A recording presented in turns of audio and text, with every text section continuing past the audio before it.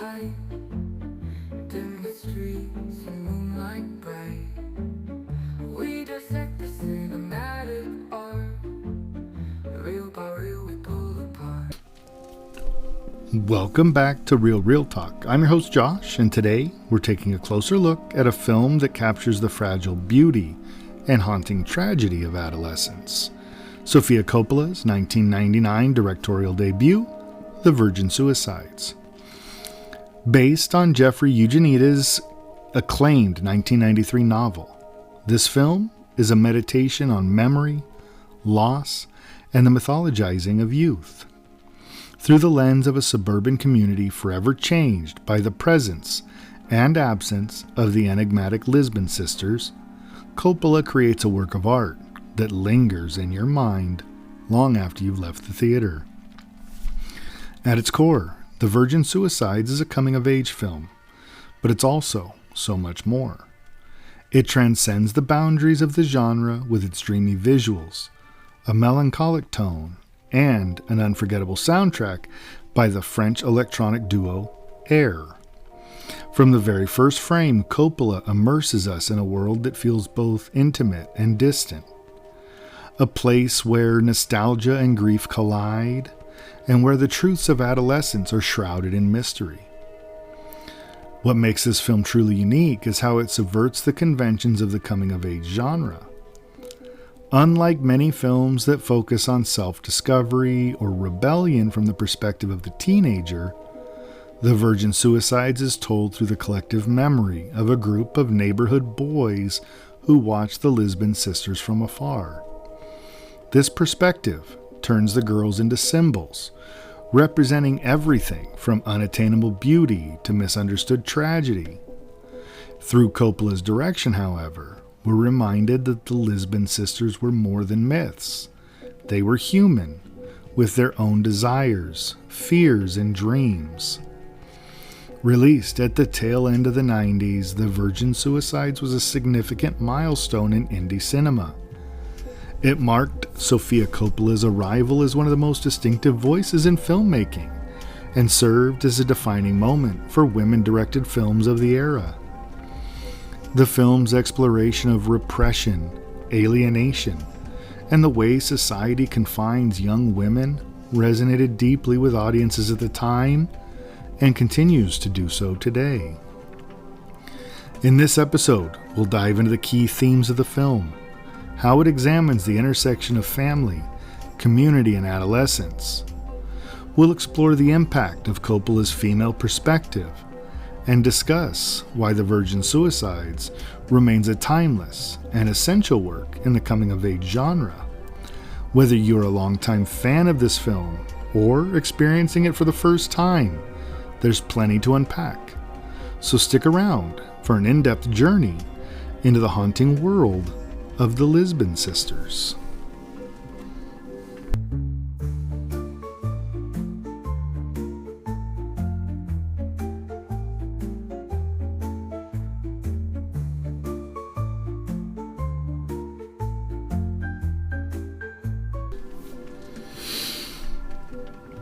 Sofia Coppola's journey into filmmaking might seem almost predestined, given her lineage as the daughter of legendary director Francis Ford Coppola. But Sofia's path to establishing her own voice in cinema was anything but conventional. Born into a family steeped in creativity, Sofia grew up on movie sets, absorbing the craft from a young age. Her early foray into acting, most infamously as Mary Corleone in The Godfather Part 3, was met with harsh criticism, an experience that could have easily discouraged her from pursuing a career in film.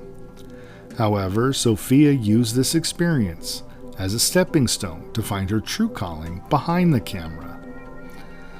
The Virgin Suicides was her first feature film, and it allowed her to step out from her father's shadow and carve out her own space in the industry.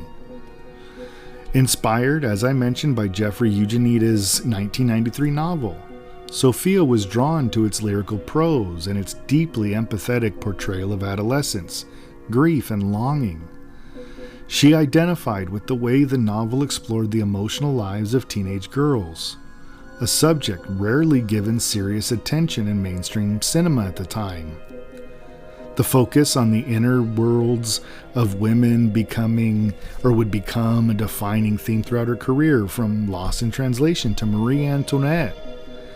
In interviews, Coppola even shared that her motivation for adapting The Virgin Suicides was deeply personal. She wanted to create a film that captured the emotional turbulence and fleeting beauty of youth. Her vision wasn't just about telling a story, it was about evoking a feeling, a dreamlike melancholy that lingers after the final frame. Her direction infused the film with a sensitivity and perspective that only someone deeply attuned to the subtleties of adolescence could achieve. When The Virgin Suicides was released in 1999, it arrived at a transformative moment in cinema. The late 90s, the 90s in general, were a golden era for indie filmmaking, with directors like Wes Anderson, Paul Thomas Anderson, and Quentin Tarantino redefining what independent cinema could achieve. These directors brought quirky narratives, bold aesthetics, and offbeat characters to the forefront, but their works were dominated by male perspectives. Meanwhile, women filmmakers were still fighting for visibility and recognition, while trailblazers like Jane Campion, and director of The Piano, and Kimberly Pierce, who directed Boys Don't Cry, were making waves. Female directors were few and far between in Hollywood and even in the indie circuit. Sofia Coppola's debut marked a significant moment in that landscape. The Virgin Suicides stood out not only because it was directed by a woman, but because it unapologetically focused on the emotional and psychological world of young women, a perspective that was, and still is, underrepresented in cinema. Within the coming-of-age genre, The Virgin Suicides felt revolutionary. At the time, the genre was dominated by films like American Pie and Rushmore, which centered on male protagonists navigating adolescence through humor, rebellion, or awkward romance. Coppola's film, by contrast, offered a lens into the interiority of teenage girls and the societal pressures that shaped their lives. The film's release also coincided with a broader cultural shift. The late 90s saw growing interest in stories that challenged traditional narratives and explored themes like mental health, familial dysfunction, and the quiet struggles of suburban life. These themes resonated deeply with audiences who were beginning to seek more nuanced portrayals of human experiences. In retrospect, The Virgin Suicides was ahead of its time. Its focus on repression, nostalgia, and the mythologizing of youth tapped into universal truths that have only become more relevant in the years since. With her debut, Coppola not only introduced a fresh and distinctly female voice to cinema, but also helped pave the way for future women filmmakers to explore similar themes with authenticity and depth.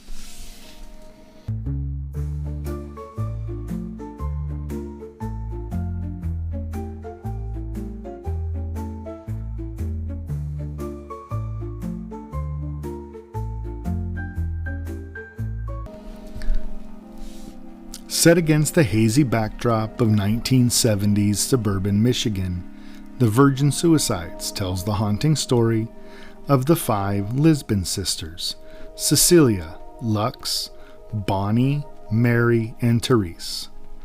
Their tale is recounted by a group of neighborhood boys, now grown, who obsessively attempt to piece together the events that led to the sisters' tragic fates. Told through their collective memory, the story unfolds like a dream, blending fragments of truth, imagination, and the boys' idealized perceptions of the girls. The narrative begins with the jarring act of tragedy. Cecilia, the youngest sister, takes her own life. Her death sets the tone for the film, casting a shadow over the Lisbon family and creating this unspoken tension within the seemingly idyllic suburban neighborhood. As the parents, Mr. and Mrs. Lisbon, retreat further into rigid conservatism and control, the remaining sisters find themselves increasingly isolated, their lives slowly unraveling under the weight of repression and loss. The neighborhood boys, fascinated by the mystery of the Lisbons, serve as both narrators and onlookers. Their perspective adds an almost mythic quality to the story, as they romanticize the girls and attempt to understand their inner lives through artifacts, diaries, photographs, and fleeting interactions. The boys' collective longing to connect with the sisters, coupled with their inability to truly know them, underscores the film's central theme, the unknowability of others, especially during adolescence. The film builds towards a devastating climax, where hope momentarily flickers but is quickly extinguished. The ending leaves us in a state of quiet devastation, reflecting the lasting impact of the sisters' lives and their loss on the community around them. The Lisbon sisters, though central to the story, remain enigmatic figures. Each sister embodies a different aspect of youth: innocence, rebellion, curiosity, and vulnerability. Yet, because the story is filtered through the boys' memories, the girls are never fully realized individuals. Instead, they exist as fragments, pieced together through the boys' limited understanding and romanticized lens.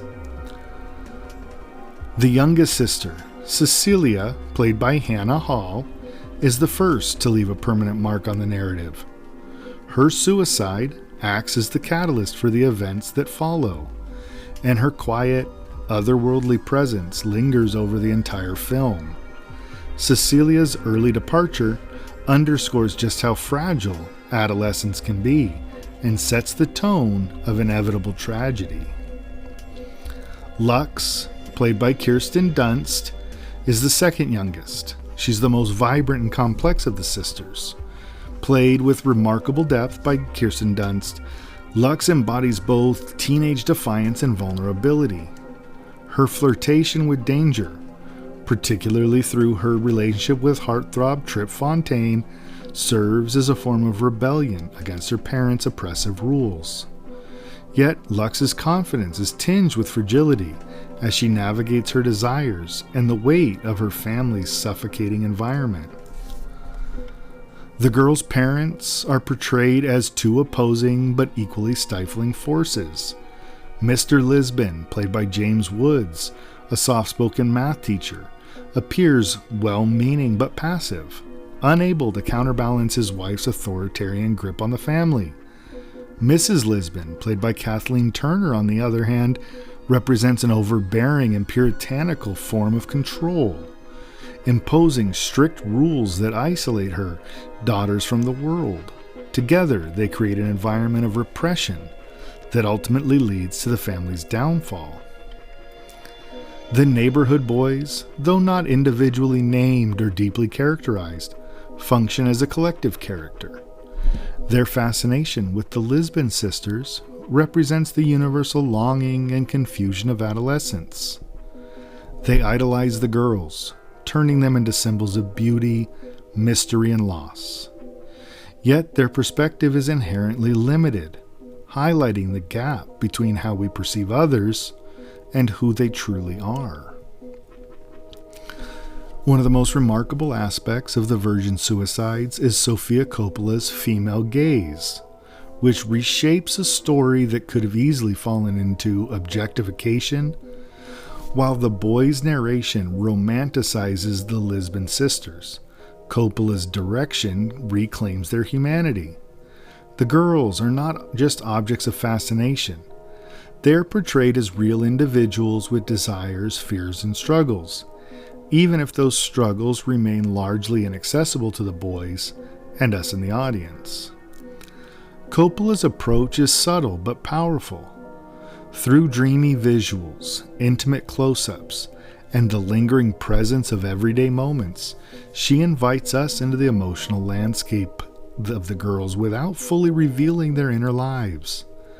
This ambiguity mirrors the experience of adolescence itself, a time of intense emotion, confusion, and the sense that no one truly understands you. The film also subverts the typical coming-of-age tropes.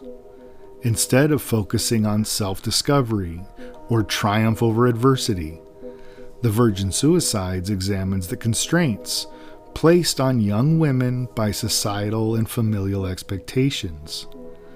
The Lisbon sisters are not given the space to grow or rebel freely. Their attempts at independence are stifled by their parents' fear of losing control. By centering the girls' humanity and exploring their struggles through a compassionate lens, Coppola offers a counterpoint to the boys' idealization. The result is a poignant and haunting narrative that lingers in the space between memory and myth, and it invites us to reflect on our own perception of others and the stories we create to fill in the gaps.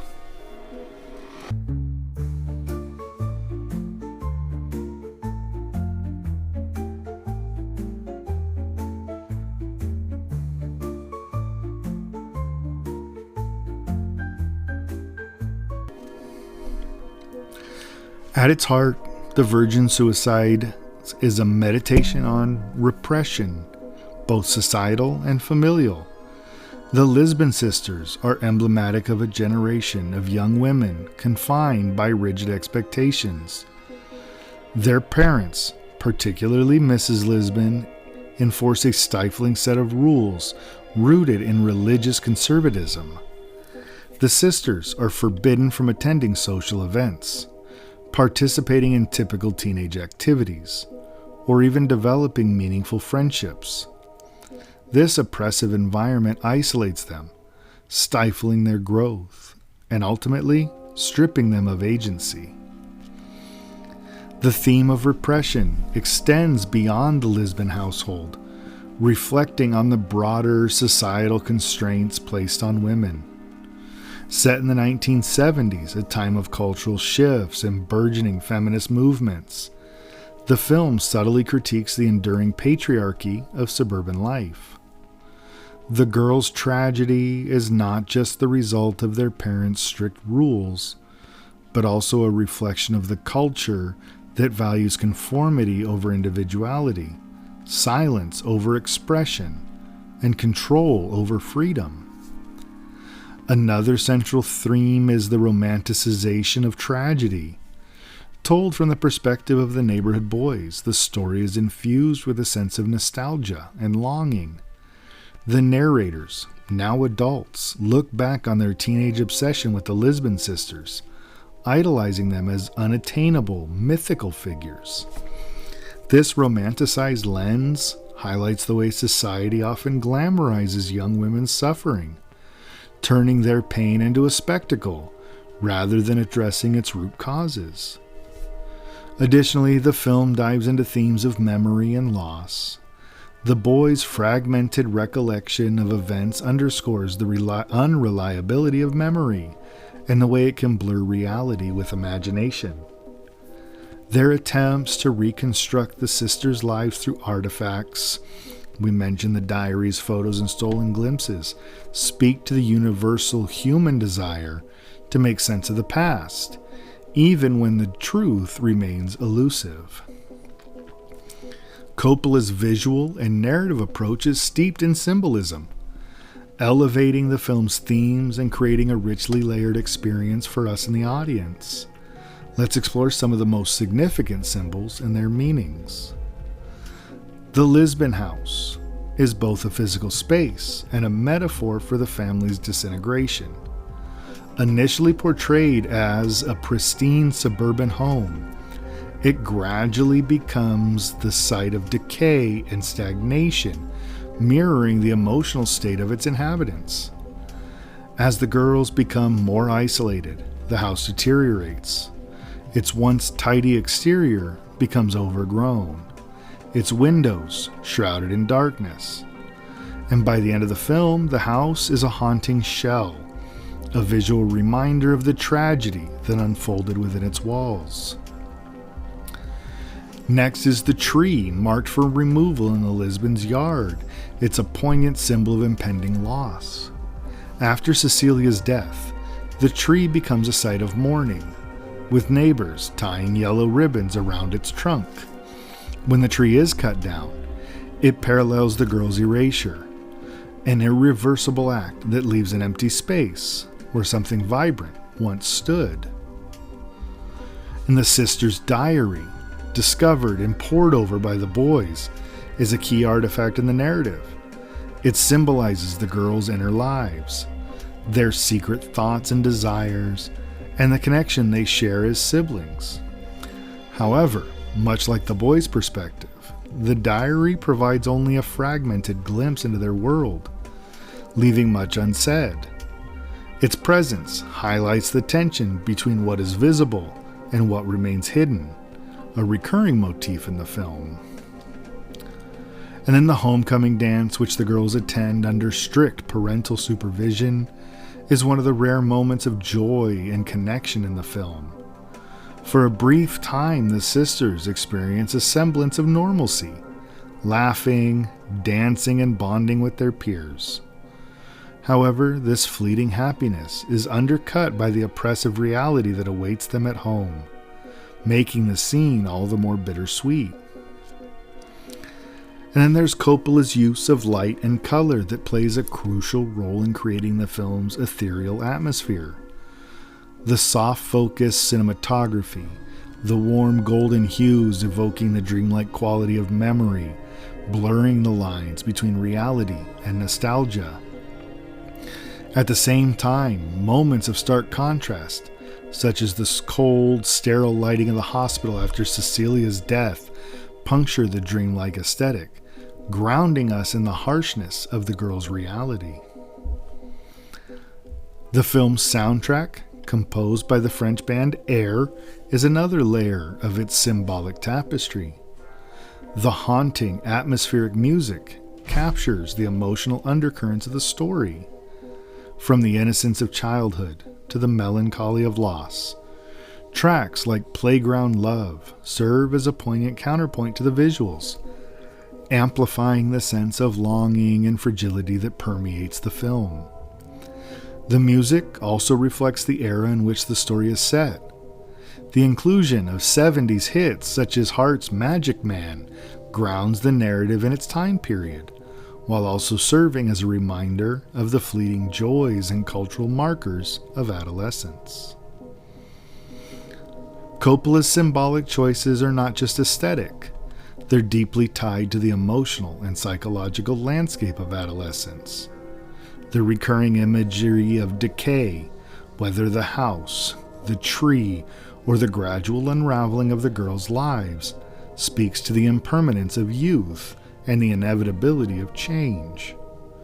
At the same time, the film's dreamlike aesthetic captures the heightened emotions of adolescence, where every moment feels both infinite and fleeting.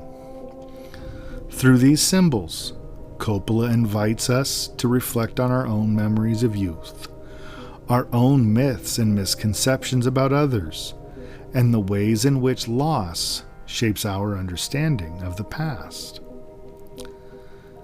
The themes and symbolism in the film are timeless, resonating across generations. Its exploration of repression, memory, and the romanticization of tragedy continues to speak to us, particularly young women who see their own struggles reflected in the Lisbon sisters' story.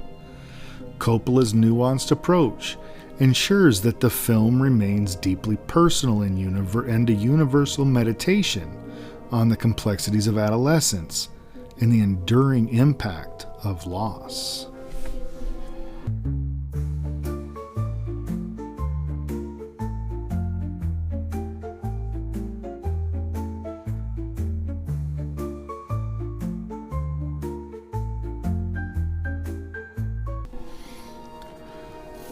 When The Virgin Suicides premiered in 1999, it was met with widespread acclaim, particularly for Sofia Coppola's assured and unique directorial voice. Critics praised her ability to craft a dreamlike atmosphere and her meticulous attention to detail, calling the film a visually striking and emotionally evocative debut. Renowned film critic Roger Ebert lauded Coppola's ability to balance the story's melancholic tone with a sense of beauty, describing the film as a poem of adolescence and its inevitable decay. However, the reception wasn't universally glowing. Some critics noted a perceived detachment from the girls' interior lives, questioning whether the film's reliance on the perspective of the neighborhood boys created too much distance between us and the audience and the Lisbon sisters. This critique sparked broader conversations about narrative perspective in cinema, particularly in stories centered on women, but told through male viewpoints. Despite these debates, The Virgin Suicides quickly gained recognition as an important entry in late 90s cinema. It was celebrated at film festivals, including its premiere at the Cannes Film Festival, where it solidified Coppola's arrival as a filmmaker with a distinct and compelling vision. Over time, the film's reputation has only grown, evolving into a bit of a cult classic, revered for its haunting beauty and poignant exploration of adolescence. The Virgin Suicide marked a watershed moment for women in filmmaking. At a time when the industry was largely dominated by male perspectives, Coppola's film proved that deeply personal, female-centric stories could resonate with broad audiences. Her success paved the way for other women directors, inspiring a new generation of filmmakers to explore themes of girlhood, identity, and family from authentic and nuanced perspectives. The film's dreamy aesthetic, characterized by soft-focus cinematography, pastel palettes, and ethereal music, has become a touchstone for contemporary cinema. It's very easy to trace its influence on the more recent coming-of-age films, like last episode's Greta Gerwig's Lady Bird and Bo Burnham's 8th Grade, which both similarly explore the interior lives of young women with empathy and authenticity. Coppola's work also helped shift the broader cinematic landscape, encouraging audiences and studios alike to value stories centered on the female experience. Beyond its aesthetic and narrative influence, The Virgin Suicides played a significant role in popularizing the female gaze in cinema. Coppola's approach to storytelling, introspective, emotionally resonant, and focused on the lived experiences of her characters, contrasted sharply with the often objectifying lens of male directors. This shift in perspective has had a lasting impact, challenging traditional norms and opening doors for more diverse voices in filmmaking. Now, one of the film's most enduring elements, though, is its iconic soundtrack, as I mentioned, composed by the French band or duo Air. That haunting atmospheric music not only perfectly complements the film's tone, but also helped redefine how music could be used to shape mood and narrative in cinema. That track I mentioned earlier, Playground Love, has become synonymous with the film.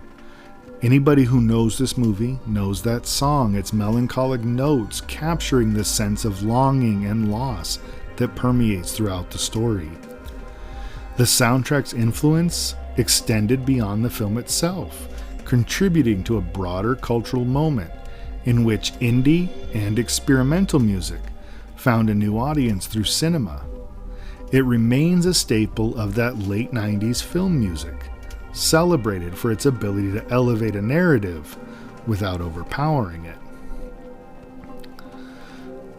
The Virgin Suicides also had a profound impact on the coming-of-age genre, subverting many of its established tropes.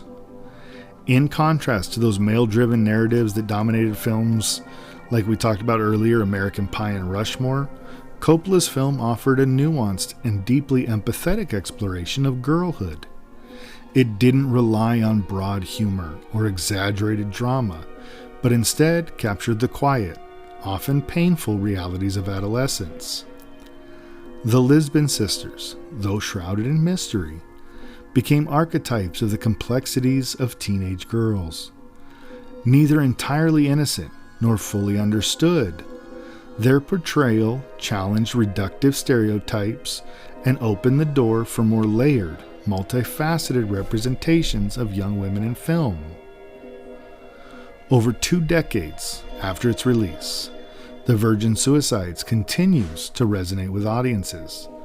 Its exploration of repression, memory, and the romanticization of tragedy feels timeless, speaking to universal experiences of adolescence and loss. Modern viewers often find new layers of meaning in the film, particularly in its critique of the ways society mythologizes young women while failing to address their struggles. The film's enduring relevance is also a testament to Coppola's artistry. Her ability to create a world that feels both specific to the 1970s setting and universally relatable has allowed The Virgin Suicides to transcend its time, remaining a touchstone for audiences and filmmakers alike. In retrospect, The Virgin Suicides is not only considered a defining work of Coppola's career, but also a landmark film in independent cinema. Its influence can be seen in countless works that followed, from television series like My So-Called Life to films that tackle the complexities of adolescence and family dynamics. Coppola's success with the film also cemented her status as a trailblazer, proving that first-time women directors could create films that were both artistically ambitious and commercially successful. The film's critical reevaluation over the years has only deepened its legacy, with many now viewing it as a masterpiece of visual storytelling and emotional resonance. Ultimately, The Virgin Suicides is more than just a beautifully crafted film. It's a cultural artifact that reflects the evolving role of women in filmmaking and the power of personal, authentic storytelling. Coppola's debut not only announced her arrival as a major voice in cinema, but also inspired countless others to follow in her footsteps, ensuring that the stories of women and girls would continue to find their place on the big screen.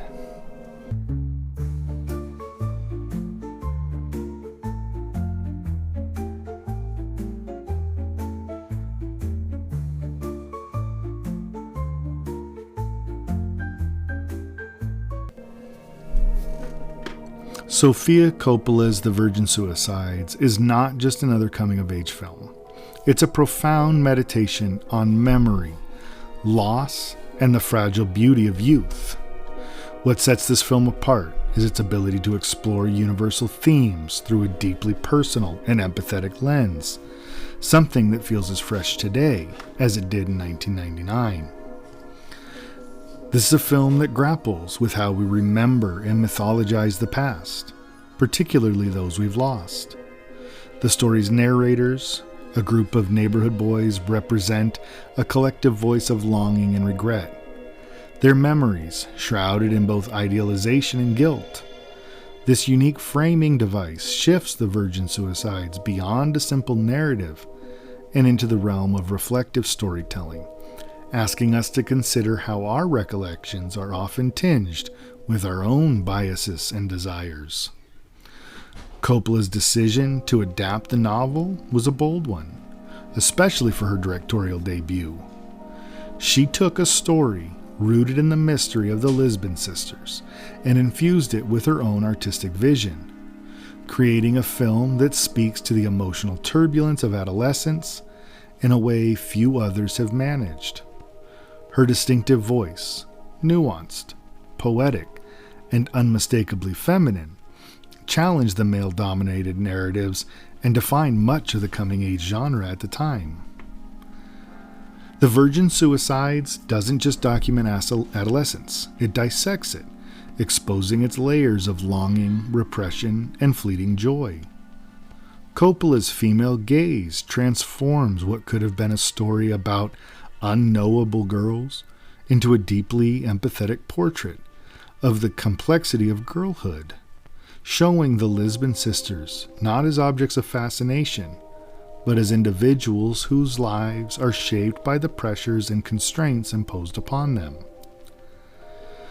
For contemporary viewers, The Virgin Suicides remains a reminder of the importance of giving voice to underrepresented perspectives. By centering the experiences of young women, Coppola shines a light on stories that have often been sidelined or misunderstood in cinema. The film resonates on a universal level because it captures emotions and experiences that transcend gender and time, the ache of longing, the suffocation of societal expectations, and the haunting echoes of loss. The themes of repression and longing feel particularly relevant in today's cultural landscape, where conversations about agency, mental health, and gender dynamics have taken center stage. The Lisbon sisters' story serves as a cautionary tale about the dangers of stifling individuality and ignoring emotional needs. It encourages us to consider the ways in which societal norms and family pressures can have devastating consequences. Beyond its thematic resonance, The Virgin Suicides also offers a masterclass in the power of storytelling. Coppola's use of visual and auditory elements, ethereal lighting, soft focus cinematography, and a haunting soundtrack demonstrates how cinema can evoke emotions, and the film's aesthetic and sensibility has influenced a generation of filmmakers, proving that style and substance can coexist to create something truly unforgettable. The film's significance extends beyond the narrative to its impact on the broader landscape of filmmaking. The Virgin Suicides is a testament to the transformative power of the female gaze, offering a much-needed counterpoint to the male-dominated narratives that have historically defined Hollywood. Coppola's success with the film helped pave the way for other women directors, showing that stories centered on women can and could be both critically acclaimed and commercially viable. The film's enduring relevance lies in its ability to spark conversations about who gets to tell stories and how those stories are told. By presenting the Lisbon sisters through the boys' nostalgic and fragmented memories, Coppola critiques the way society often views women as objects of fascination rather than as fully realized individuals. This meta-commentary invites us to reflect on our own perceptions and biases, making the film as much about us in the audience as it is about the characters on the screen. Ultimately, The Virgin Suicides endures because it speaks to something universal: the struggle to make sense of life's fleeting, beautiful, and often painful moments. It captures the bittersweet nature of adolescence, a time when everything feels heightened, when love, rebellion, and heartbreak are all consuming. For anyone who has ever looked back on their youth with a mix of fondness and sorrow, this film serves as both a mirror and a lens. Coppola's debut is a poignant reminder that the stories we tell and the way we tell them matter deeply. The Virgin Suicides is not just a film, it's a meditation on the human experience, urging us to approach the past and those we've lost with compassion, understanding, and an acknowledgement of their complexities. In celebrating this film, we celebrate the power of cinema to explore the depths of human emotion and to give voice to those who might otherwise remain silent. The Virgin Suicides invites us to linger in its beauty, to grapple with its sadness, and ultimately to emerge with a deeper appreciation for the fragile and fleeting nature of life.